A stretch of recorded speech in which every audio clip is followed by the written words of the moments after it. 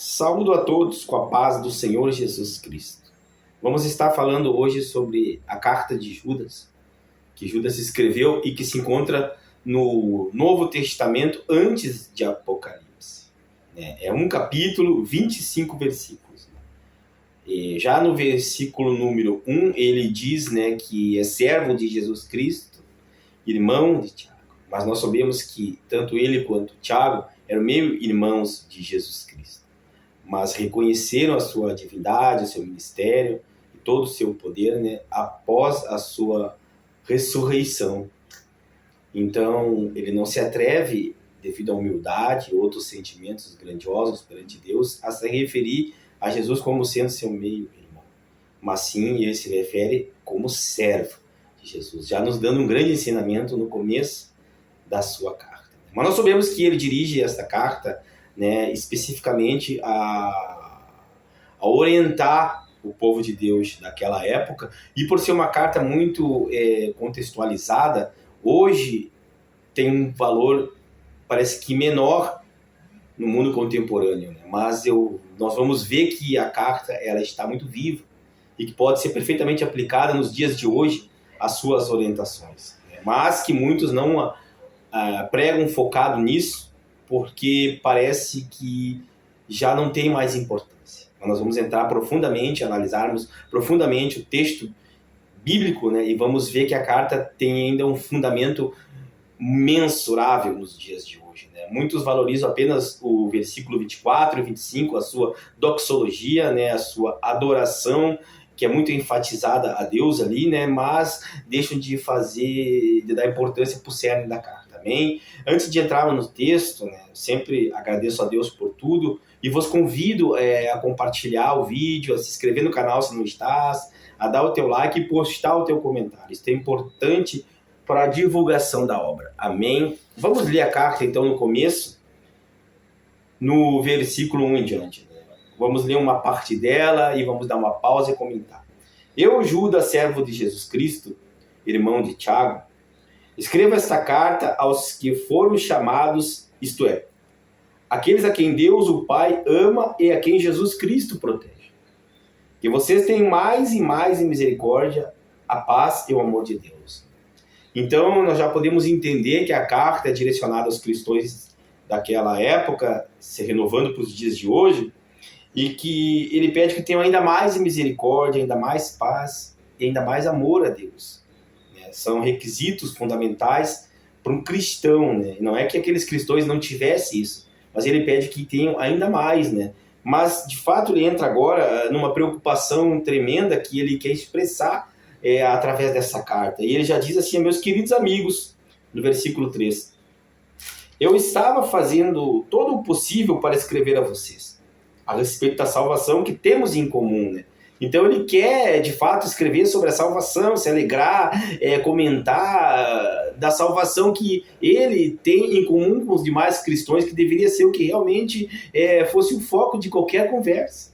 Mas não, vejam bem, então eu senti que era necessário escrever agora para animá-los a combater a favor da fé, que uma vez por todas Deus deu ao seu povo. Parece que há uma preocupação aqui em relação à fé, porque não pode a fé vir a diminuir.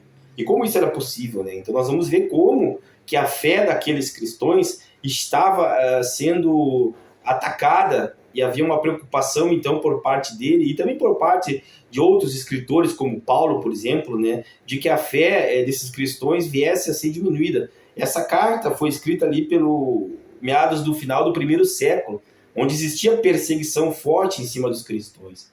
Então isso fazia com que muitos cristãos que eram de fato anti-judeus retrocedessem ao judaísmo, porque então sofriam perseguições, tampouco morte. Então quem estava pregando muito contra isso eram os gnósticos, e eles eram totalmente contra a divindade de Jesus, negando Jesus, negavam a salvação através dele, e por aí entravam as heresias. E aí vêm os falsos mestres tirando a autoridade de Jesus e dando essa autoridade a qualquer outra coisa, menos ao Filho de Deus. Amém? Então, no versículo 4, nós vamos ver o que realmente é a preocupação, que é os falsos mestres, né? Pois alguns homens que não temem a Deus entraram no meio da nossa gente, sem serem notados. Eles torcem a mensagem a respeito da graça do nosso Deus, a fim de arranjar uma desculpa para a sua vida imoral. E aqui eu quero frisar bem, né? Eles entram sorrateiramente no meio da igreja, no meio da congregação, a fim de pesquisar, de tirar informações bíblicas, né? Para encontrar dentro da palavra do Senhor, hoje escrita, naquele tempo ainda não escrita, mas por completo, né? Ainda não escrita por completo, mas encontrar então uma fuga, uma falha para a imoralidade que estes falsos mestres praticam. Ou seja, eles querem sim a doxologia, como eu disse, de Deus, né? A adoração a Deus, eles querem cultuar, querem louvar a Deus, inclusive, mas não querem o que Deus ensina e o que Jesus ensinava. Eles não querem a doutrina cristã, a fé cristã baseada nos ensinamentos de Cristo Jesus. Querem encontrar na palavra de Deus uma falha, um furo, ou então um apoio para a sua imoralidade. E aí, sorrateiramente, eles começam a criar teorias, inventar teses, justificar os seus erros, justificar o seu pecado. Preste bem atenção e não pare aqui o vídeo, vá até o final, porque nós vamos entender no contexto o que significa isso nos dias de hoje, né? Então, olha bem, eles também rejeitam Jesus Cristo, o nosso único mestre e salvador. Isso é fundamental para o entendimento, porque no começo da carta ele se diz servo de Jesus. E todos ali eram servos de Cristo. Nós temos que ser servos de Jesus e não o rejeitá-lo. E aqui estávamos rejeitando Cristo sorrateiramente, introduzindo falsas doutrinas, falsos ensinamentos na igreja.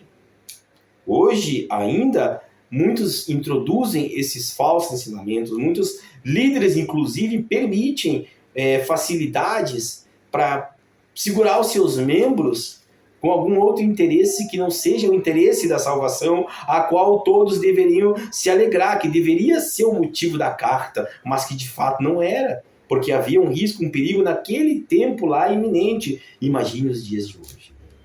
Então, há muito tempo que as Escrituras Sagradas anunciam a condenação, e eles receberão. O que é isso? Há muito tempo que as Escrituras Sagradas anunciaram a condenação que eles já receberam. Olha só, nós vamos ver que agora ele entra numa fase que explica muito, né, a justiça de Deus. Né? Deus é muito bom, Deus é amoroso, Deus é paz e amor, claro, Deus prega através da vida de Jesus, através da vida de muitos líderes, né, santidade. Né? Deus libertou o povo do Egito, uma misericórdia tremenda nos dias de hoje, inclusive.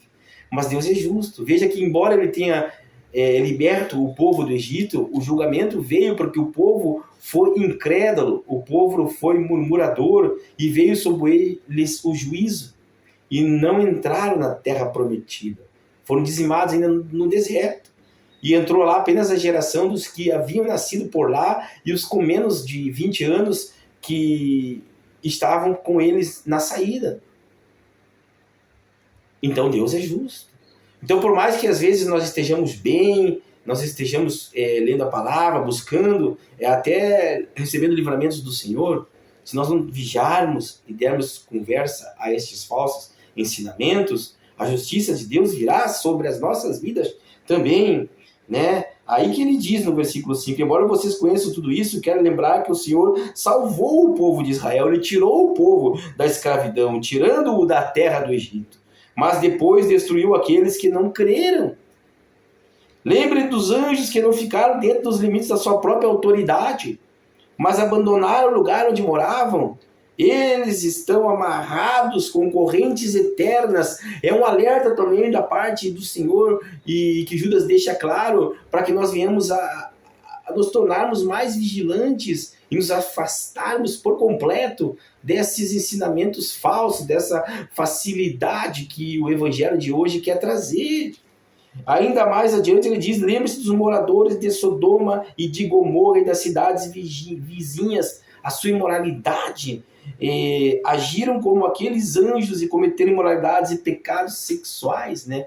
Tiveram desejos até de cometer pecados sexuais com anjos, não sabiam que eram anjos, que estavam ali, entre outras anomalias que cometiam, adorações a ídolos, sacrifícios de crianças e outras tantas coisas que eles cometiam, que era imoral por demasia aos olhos do Senhor. Olha a destruição que veio sobre aquelas cidades e as cidades circunvizinhas. Nós precisamos ter essa noção de um Deus justo, além de amoroso. E precisamos ter um temor a Ele e as suas ordenanças, um conhecimento profundo da palavra do Senhor, para não cairmos nos ensinamentos que hoje são vivos.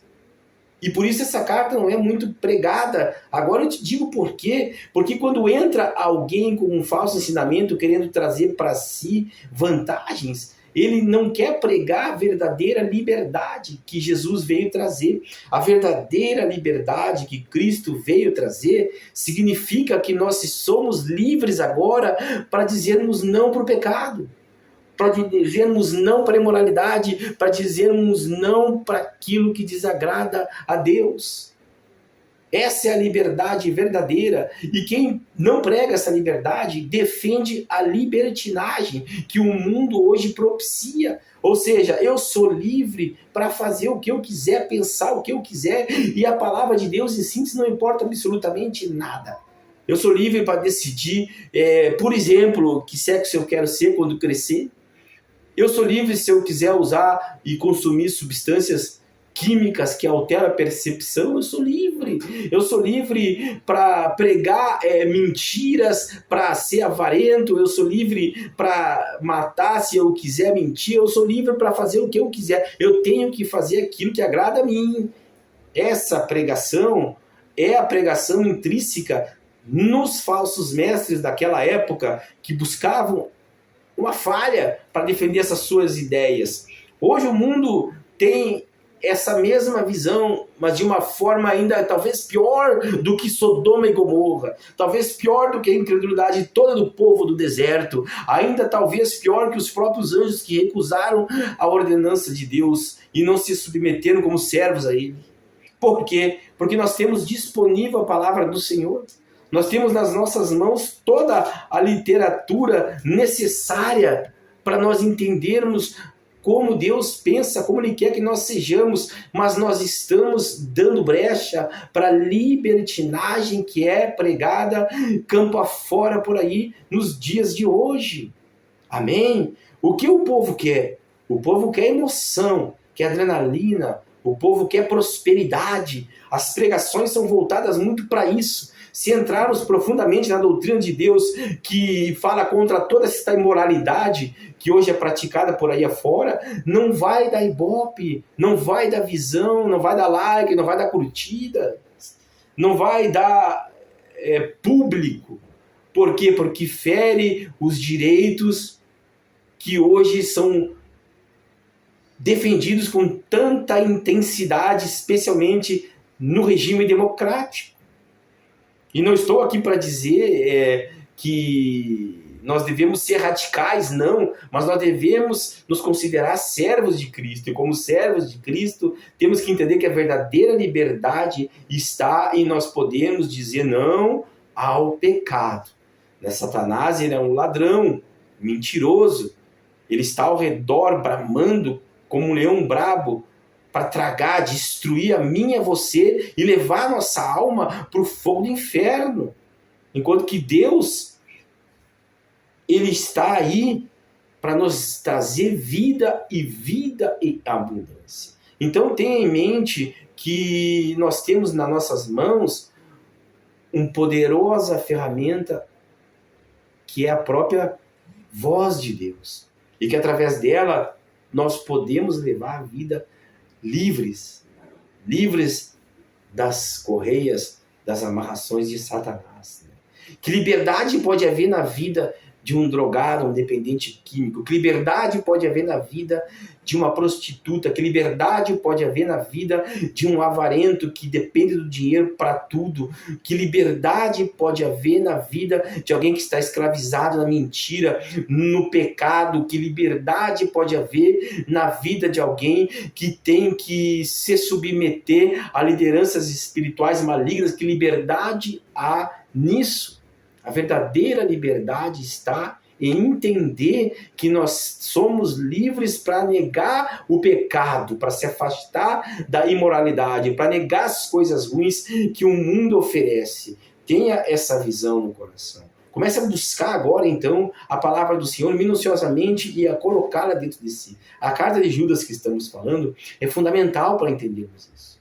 É fundamental. Você vai ver agora, para nós concluirmos, a doxologia final, que ela é muito pregada no versículo 24 e 25. Diz assim, ó: ora, aquele que é poderoso para vos guardar de tropeçar, e apresentar-vos irrepreensíveis com alegria perante a sua glória. Ao único Deus sábio, Salvador nosso, seja glória e majestade, domínio e poder, agora e para todo sempre. Amém. É Ele que é todo-poderoso, é Deus que pode nos salvar, é Deus que tem a vida eterna para nós, é a Ele que devemos glorificar, louvar e adorar, somente a Ele. Não vamos dedicar o nosso tempo idolatrando coisas do mundo, adorando coisas que não são Deus. Não vamos perder mais tempo defendendo uma libertinagem e vamos abraçar a liberdade verdadeira. Não estou dizendo e não estou pregando, e jamais Cristo disse isso, que nós não devemos ter a nossa opinião formada, nós não devemos expor os nossos sentimentos, que nós não podemos errar, não, mas nós devemos ser servos de Cristo. A carta começa com o próprio meio-irmão de Cristo se referindo a ele como servo. Já pensou a profundidade disso? E termina com a doxologia da adoração a Deus, demonstrando o único e verdadeiro que deve ser adorado. Amém? Que Deus te abençoe. Muito obrigado por permanecer comigo até esse momento. Compartilhe, se inscreva esse vídeo. Em nome de Jesus. Amém.